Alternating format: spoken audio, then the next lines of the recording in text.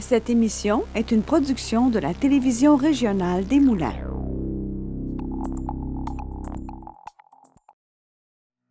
Bonjour et bienvenue à votre bulletin de nouvelles. En manchette, la région veut augmenter le nombre de touristes internationaux, la santé et le bien-être mis de l'avant à l'école Le Prélude et des bourses pour que les mères aillent à l'école.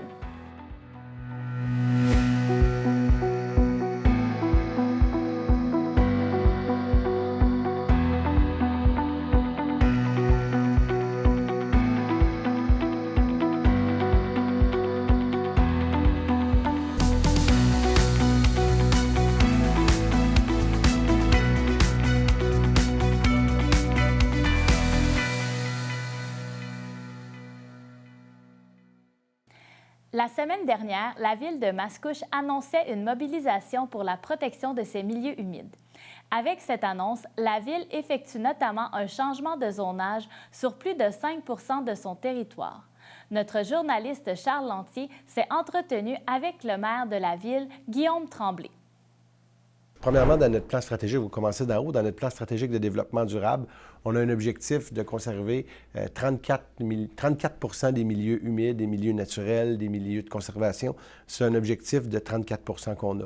À l'échelle de la communauté métropolitaine de Montréal puis du gouvernement du Québec, eux, ils ciblaient 30 %. Auparavant, ils étaient à 17 ils ont augmenté ça à 30 % Nous, en ajoutant ces 5 %-là, on a atteint la cible de 30 % Donc, comme je vous dis, c'est pas rien. Là. On est une des villes à travers la Grand Montréal qui a le plus d'espace vert, qui a le plus de milieux humides, et on les conserve. La ville de Mascouche a mis à jour une carte et tous les milieux humides qui se situent sur la carte vont être conservés. Ça représente environ 5 % du territoire. C'est vraiment pas rien. Et à cet égard-là, on dit qu'on ne peut plus remblayer ces milieux humides-là, on ne peut plus les modifier en tant que tels. Mais non, ils ne sont vraiment pas nécessairement dans des parcs ou dans des espaces verts. Il y en a des fois qui sont dans des secteurs qui sont possiblement voués au développement, des fois. Mais ça veut dire que le développeur, s'il possède des milieux humides, il va falloir qu'il le contourne, il va falloir qu'il travaille avec son milieu, parce qu'on veut avoir zéro perte nette à terme sur les milieux qui sont justement sur la carte en question. Vous avez 3 grandes poches qui existent. Tout d'abord, vous avez le boisé de la Presqu'île, qui est vraiment important. Vous avez tout un secteur dans le chemin de la Côte-Georges, qui est la plus grosse tache de la ville de Mascouche du milieu humide. Puis vous en avez finalement une dans le secteur du chemin Newton. Puis vous en avez plusieurs autres là, dans la grande ville que notre objectif, à terme, ce n'est pas de toucher à ces zones-là. L'objectif municipal, là, présentement, c'est de dire soit qu'il soit privé, soit qu'il soit public, c'est de dire zéro perte nette sur la carte qui est ici présentement, qui a été votée par le conseil de la ville de Mascouche.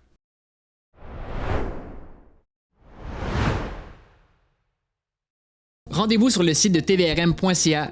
Consultez votre programmation, vos émissions et l'actualité dans l'anneau d'hier. Si vous désirez revoir ou si vous avez manqué un épisode, n'ayez crainte, toutes vos émissions se retrouvent sur notre site Internet. Vous pouvez désormais vous inscrire à l'infolettre pour recevoir les dernières nouvelles. Ne manquez pas votre bulletin en direct le mardi et le jeudi midi pour être informé de tout ce qui se passe dans votre région et plein d'autres émissions sur votre communauté. La Télévision régionale des Moulins, pour voir et être vue.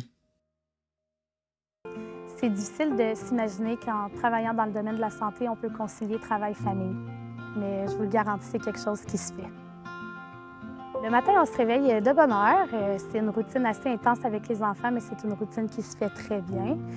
C'est vrai, mon enfant est le premier à arriver à la garderie, mais en revanche, il est le premier à partir à 15h15.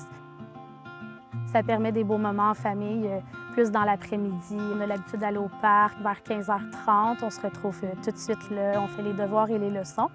Donc, on a toute l'après-midi et la soirée. Puis ça, c'est des moments très précieux. Quand on pense au CHSLD, on s'imagine que c'est ennuyeux, mais c'est tout le contraire. C'est très valorisant. J'ai 22 patients à ma charge. Je les connais par cœur. On a des beaux échanges. On a une belle équipe. Mes préposés aux bénéficiaires, ils sont merveilleux. On n'est pas considérés comme un numéro, mais une famille très unie. En plus, c'est vraiment beau comme région. Il n'y a aucune raison de ne pas vouloir venir travailler ici.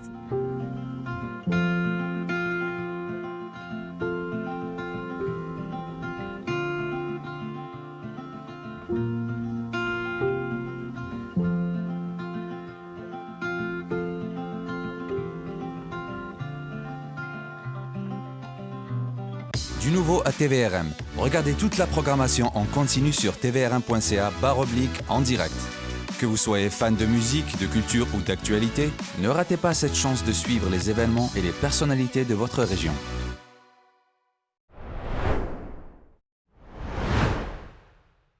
La semaine dernière, nous avons rencontré la fondatrice de l'organisme Maman va à l'école, Paula Duguay. Voici l'entrevue qu'elle nous a accordée. Au Québec, on estime que 61 600 mères monoparentales sont sans diplôme. L'organisme Maman va à l'école travaille à ce qu'elle obtienne des bourses pour retourner aux études. Présentement, l'organisme entame sa 11e édition de programme de bourse. Pour en parler, je reçois la fondatrice et présidente, Madame Paula Duguay. Bonjour. Bonjour. Bonjour. Donc, expliquez-nous, qu'est-ce que Maman va à l'école? Bien, d'abord, Maman va à l'école, c'est un organisme à but non lucratif qui a pour mission de promouvoir l'éducation. Et on a ciblé les mères chefs de famille monoparentales qui n'ont pas de diplôme. Et on fait tout ce qu'il faut pour aider à la persévérance et qu'elles puissent atteindre un diplôme ou encore une qualification légale. Puis, quand on parle d'un diplôme, une qualification légale, pouvez-vous nous donner un peu plus de détails? Parce que c'est pas pour un diplôme de cégep ou d'université, si je comprends bien. C'est d'abord un diplôme au niveau secondaire. Donc, au niveau secondaire, toute la formation professionnelle, on a beaucoup de DEP, ce qu'on appelle des DEP, un diplôme d'études professionnelles. Et puis, en FGA, la formation générale des adultes, ça se concrétise beaucoup autour d'un diplôme de secondaire 5. Un DES, mais par la suite, même les mamans qui poursuivent au cégep, on peut aussi les admettre parce qu'il y a un fil conducteur, là. Souvent, elles n'ont pas encore toutes les qualifications pour entrer au cégep, donc on est capable de les aider, de les soutenir jusque-là. Puis, si on parle de l'année passée, combien de bourses avez-vous remis dans la Nodière? Bien, dans la Nodière, dans la région, d'abord Repentigny et Terrebonne, on a offert 7 000 $ en bourse. Donc, il y a 15 mamans qui ont pu recevoir des bourses. Et dans la Nodière, eh bien, je pense qu'on a donné 18 bourses. Donc, ce sont toutes des mamans qui ont eu ce qu'on appelle une petite tape dans le dos. Ce sont des bourses d'encouragement aux études parce qu'on donne une bourse de 500 $ la plupart du temps. Donc, 500 $ pour une maman qui a un budget serré, ça fait une différence. Et je vous dirais que pour une maman, c'est pas seulement l'argent, c'est la reconnaissance des efforts qu'elle met au quotidien. Il ne faut pas oublier qu'une maman qui va à l'école, qui retourne aux études, d'abord, il y a l'écart entre le retour aux études et la dernière fois, et aussi, elles ont une double tâche. Ce sont des mères et ce sont des étudiantes. Alors, il faut voir, là, toute la gestion. Comment on fait pour concilier études et maison? Puis quand on parle de cette bourse de 500 $ là, évidemment, ça leur permet d'avoir un soutien financier. Et qu'est-ce qu'elles payent généralement avec ces bourses? Ce qu'elles payent, on leur a posé la question. Très souvent, ça arrive au printemps, hein? Parce que les bourses sont distribuées en mai ou en juin. Elles s'en servent pour habiller souvent les enfants, pour compléter un petit quelque chose pour une vacance d'été. Souvent, on m'a dit, ben, moi, cet été, je vais aller faire du camping avec mes enfants. C'est extraordinaire parce que ça permet une expression comme un boost dans leur famille. Donc, pour les mamans, c'est une reconnaissance aussi de tous ces efforts-là. Mais au-delà des sous, je vous admets que je suis toujours surprise et tellement reconnaissante de les voir venir chercher leur bourse, puis elles viennent souvent accompagnées de leurs enfants. Et c'est un beau cadeau qu'on leur fait. C'est une petite tape dans le dos pour leur dire, vous n'êtes pas toute seule, on est là. Parce que justement, lorsqu'une femme réussit à finir ses études, lorsqu'une mère réussit à finir ses études, c'est immense la différence. C'est immense parce qu'elle peut choisir par la suite d'aller chercher un autre métier. Puis les connaissances qu'elle acquiert, c'est pas seulement pour retourner au travail. C'est pour je vous dirais que c'est pour sa propre liberté. L'estime de soi, c'est très important. Et ce qu'elle transmet comme modèle aux enfants. Alors, les enfants qui voient leur mère étudier ont nécessairement un exemple parfait pour la persévérance. C'est magnifique. Et si Maman va à l'école est capable de faire ça, c'est parce qu'on est soutenu par des grands partenaires, dont la Centrale des syndicats du Québec, la Fondation Léa Robach, l'AREC et le monde scolaire et syndical.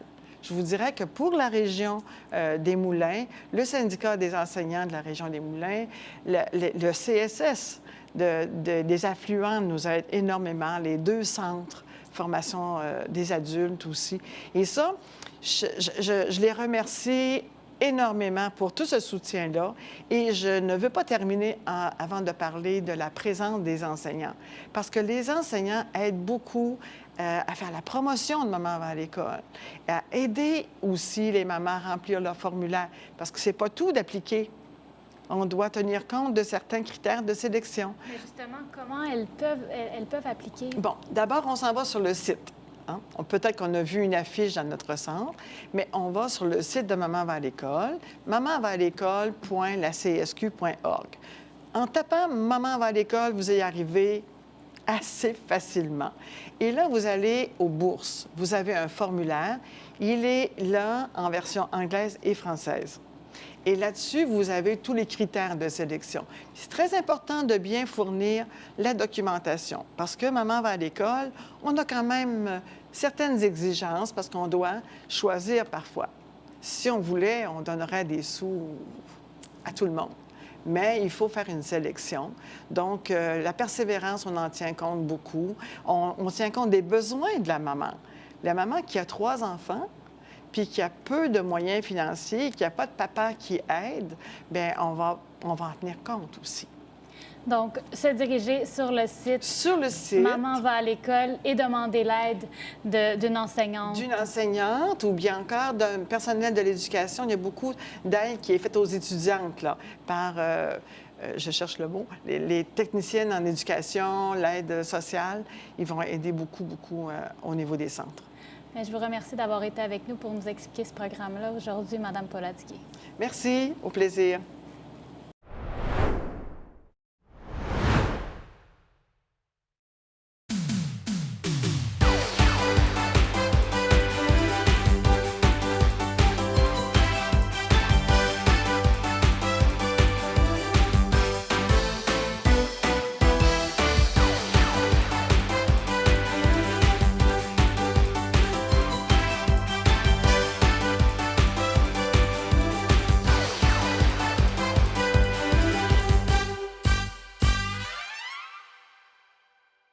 Rendez-vous sur le site de tvrm.ca.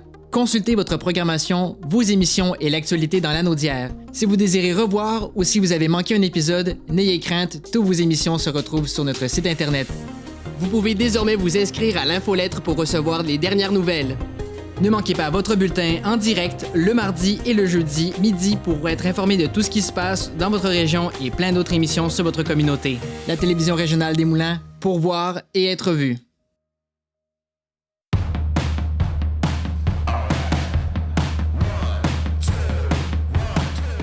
Vous êtes fan d'événements culturels et de tout ce qui se fait localement, l'émission Les Arts Lanaudière est l'émission que vous devez regarder à chaque semaine parce que non seulement on vous présente des artistes locaux, mais également toutes les activités culturelles qu'on peut faire en solo, en duo, en famille et entre amis. Bienvenue à Les Arts Lanaudière.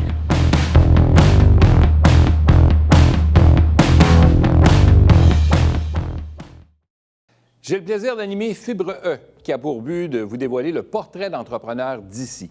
Chaque semaine, j'ai l'opportunité de m'entretenir avec des entrepreneurs qui possèdent tous des parcours différents. On découvre ensemble les diverses facettes de leur personnalité, leur motivation, les défis et bien sûr la passion qu'ils ont pour l'entrepreneuriat. Qui sait, ça vous donnera peut-être l'envie de vous lancer vous aussi dans l'aventure. Je vous donne donc rendez-vous chaque semaine, ici même sur Ma TV Lanaudière. Soyez-y. J'aime la générosité du public face aux amputés de guerre. C'est grâce au donateur si ma fille peut profiter pleinement de son enfance, jouer, s'amuser. Nos enfants ont les adaptations nécessaires permettant de pouvoir faire du vélo, du ski, de la natation. Toutes les portes qui sont ouvertes pour faire toutes les activités qu'ils désirent. Merci de permettre à ma fille et aux autres enfants amputés de vivre leur vie d'enfant. C'est un cadeau inestimable. Du nouveau à TVRM. Regardez toute la programmation en continu sur tvrm.ca/en direct. Que vous soyez fan de musique, de culture ou d'actualité, ne ratez pas cette chance de suivre les événements et les personnalités de votre région.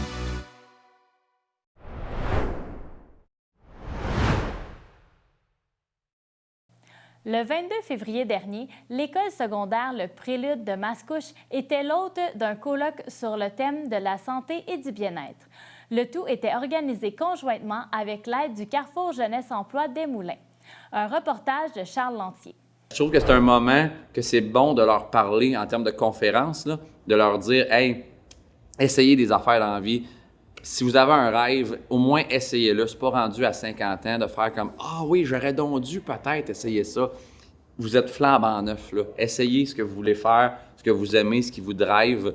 Il y avait peut-être 200 personnes, puis il y en a une vingtaine qui sont venues me parler après pour prendre des photos. Mais tu sais, il y en a qui m'ont dit juste « Merci » en me serrant la main, avec un peu des étoiles dans les yeux, mais pas des étoiles de genre « t'es mon idole », des étoiles de « hey, ce que t'as parlé tantôt, là, ça va mijoter dans ma tête peut-être pendant une semaine, un mois, 1 an, 2 ans, ça va peut-être mener à quelque chose que si j'ai changé la journée de quelqu'un ou la semaine ou la vie de quelqu'un, ne serait-ce qu'une personne parmi 200 aujourd'hui, moi, je suis bien heureux de ça. C'est parti, dans le fond, de nous, comme intervenants au Carrefour Jeunesse Emploi, puis d'autres organismes. Il y avait le CIS de la Naudière qui avait organisé pour les intervenants un colloque bien-être. Puis quand on a eu cette expérience-là, c'est l'année dernière, on a fait comment ce serait le fun que des jeunes puissent vivre aussi, tu sais, comme une journée, tu sais, on sait que ça va pas toujours bien pour les jeunes, tout ça. Fait qu'on s'est dit qu'on a eu cette envie-là de le proposer pour que les jeunes puissent en bénéficier. L'objectif, c'était, oui, de motiver les élèves. Il reste plus grand, quelques mois là, d'ici la fin de l'année. Fait que vraiment garder la motivation au maximum pour qu'ils puissent terminer, obtenir leur diplôme d'études secondaires là, d'ici le mois de juin. C'est vraiment la première édition unique. On souhaite que ça revienne d'année en année pour les élèves de 5, peut-être les élèves de 4 aussi. Puis ben là, j'ai commencé, moi, à en parler dans les autres écoles, mes techniciens en loisirs des autres écoles. Avec peut-être des partenariats avec les autres écoles, là, ça serait super cool. L'objectif, c'est leur faire vivre un colloque comme peut-être plus tard dans leur milieu de travail, ils pourront le vivre. Donc, les élèves sont au rendez-vous aujourd'hui, puis ils participent bien. Donc, moi, ça me rend fière de voir cette participation-là. On a des conférences qui, je trouve, qui nous touchent beaucoup. Fait que le fait aussi que les conférences soient plus interactives, ça fait que tous les élèves sont plus impliqués. Fait que ça, je trouve ça vraiment le fun. Puis aussi, je trouve que les gens participent beaucoup. Comme, mettons, moi, l'atelier sur la santé mentale, les gens, ils lèvent leurs mains, ils participent. Fait que je pense que ça, à date, ça plaît aux élèves. Fait que c'est mieux que ce que je m'attendais, honnêtement. Même chose. C'est sûr qu'on s'attendait à ce qu'il y ait des absences, mais il y en a beaucoup moins que j'aurais pensé. Là. Je pense que le fait qu'on soit impliqué des élèves comme nous, qu'on a dit à nos amis, c'est le fun, venez, ça peut aider à ce que ça soit pas juste des professeurs là, qui ont dit c'est une activité. Les élèves peuvent être plus réticents face à ça, là, mais vu que c'est nous, on les a comme embarqués là-dedans aussi, puis là, ça fait participer, c'est vraiment le fun. Ça, par exemple, ce midi avec mes amis, on dit on va aller là-bas, on va faire des trucs en même temps. Vu que c'est pas une journée normale, on est plus libre, c'est cool. Là, on passe plus de monde avec du monde qu'on parle moins d'habitude. Fait que ça serait cool pour les années futures là, que ça recommence. Là, c'est vraiment bien fait, tout au tableau. Le monde était vraiment tout préparé, fait que c'est vraiment cool.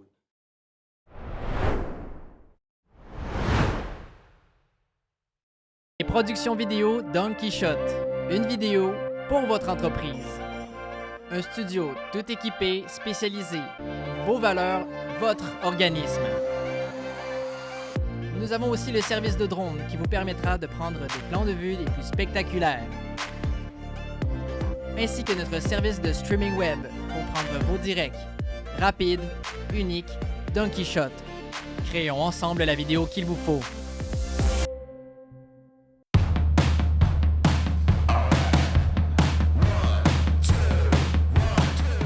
Vous êtes fan d'événements culturels et de tout ce qui se fait localement, l'émission Les Arts-la-Naudière est l'émission que vous devez regarder à chaque semaine parce que non seulement on vous présente des artistes locaux, mais également toutes les activités culturelles qu'on peut faire en solo, en duo, en famille et entre amis.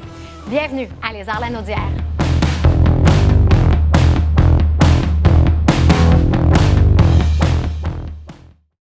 Du nouveau à TVRM. Regardez toute la programmation en continu sur tvrm.ca/en direct. Que vous soyez fan de musique, de culture ou d'actualité, ne ratez pas cette chance de suivre les événements et les personnalités de votre région. Je m'appelle Jasmine, j'ai une amputation à la jambe gauche et j'adore faire la planche à neige. J'ai un grizzly sur ma prothèse parce que quand j'ai vu le dessin, j'ai comme vraiment fait « Wow, il me le faut sur ma prothèse ». Quand les gens me demandent c'est quoi qui est arrivé à ta jambe, ben, je leur dis que je suis née comme ça. Puis je leur dis que c'est pas ce qui m'empêche de faire le sport que j'aime.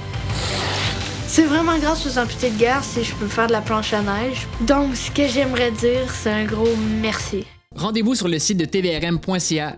Consultez votre programmation, vos émissions et l'actualité dans l'anneau d'hier. Si vous désirez revoir ou si vous avez manqué un épisode, n'ayez crainte, toutes vos émissions se retrouvent sur notre site Internet. Vous pouvez désormais vous inscrire à l'infolettre pour recevoir les dernières nouvelles.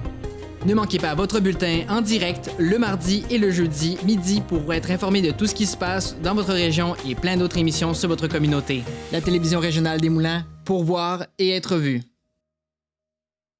Fibre E, une toute nouvelle émission que j'aurai le plaisir d'animer et qui aura pour but de vous dévoiler le portrait d'entrepreneurs d'ici. Chaque semaine, j'aurai l'opportunité de m'entretenir avec des entrepreneurs qui possèdent tous des parcours différents. On découvrira ensemble les diverses facettes de leur personnalité, leur motivation, les défis et bien sûr la passion qu'ils ont pour l'entrepreneuriat. Qui sait, ça vous donnera peut-être l'envie à vous aussi de vous lancer dans l'aventure. Je vous donne donc rendez-vous chaque semaine ici même sur ma TV La Naudière. Soyez-y.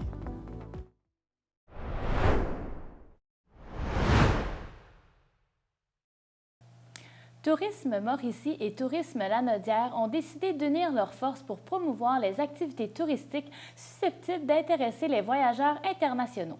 Pour aborder ce partenariat, nous recevons Marie-André Allary, gestionnaire de la promotion internationale. Bonjour. Bonjour. Donc, expliquez-nous, pourquoi avez-vous décidé de faire ce partenariat avec la Mauricie plutôt qu'une autre région? Bien, c'est certain que la Naudière et la Mauricie sont deux régions contiguës et très bien situées donc entre Montréal et Québec. En plus, nos régions, ça recoupe le chemin du Roi, qui est la route, une route touristique officielle entre Montréal et Québec. On a vraiment toute la topographie en commun, les pourvoiries, beaucoup d'activités similaires et complémentaires également. Donc, pour nous, c'était un bon fit de se mettre ensemble donc pour faire la promotion sur les marchés internationaux. Aussi parce que c'est certain que ce n'est pas toutes les activités de toutes les régions qui sont intéressantes pour cette clientèle-là. Donc, il faut viser des activités et des produits très spécifiques. Donc, c'est en analysant tout ça, les deux régions ensemble, qu'on a conclu en 2007 environ, là, ça remonte à 2006-2007, cette association-là pour cette promotion-là. Il y a aussi, ce qu'il faut savoir, c'est que les deux régions contribuent avec chacune un budget, puis on a un complément budgétaire avec Développement économique Canada.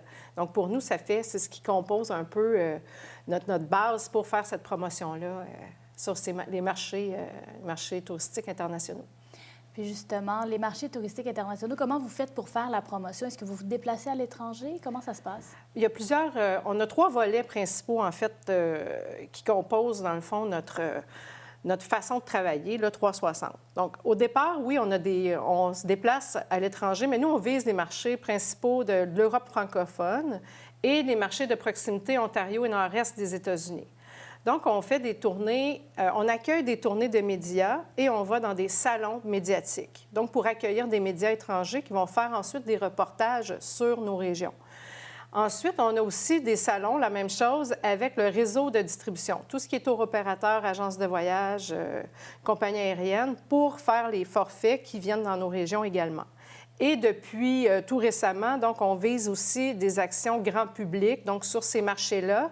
Mais comme notre budget est plus restreint que d'autres régions, si on parle de Montréal ou la Ville de Québec, là, nos budgets étant plus petits, bien là, on va investir avec l'Alliance de l'industrie touristique du Québec, qui font de très, très grandes campagnes avec des grands budgets aussi du ministère du Tourisme et tout ça. Donc, voilà un peu. Avec cette promotion, combien de touristes internationaux prévoyez-vous attirer dans la Naudière? C'est difficile à évaluer, c'est-à-dire qu'on a des statistiques souvent qui retardent et puis il n'y a pas seulement notre contribution à nous, bien sûr, il y a celle des entreprises directement, celles qui travaillent déjà beaucoup avec le réseau de distribution, qui accueillent déjà beaucoup de touristes. On peut dire que dans nos régions, on a 3 % de visiteurs internationaux bon an, mal an. Donc, c'est pas énorme, donc la place est quand même grande à en accueillir de nouveau en faisant toute cette promotion-là, puis en attirant, mais il faut aussi le produit.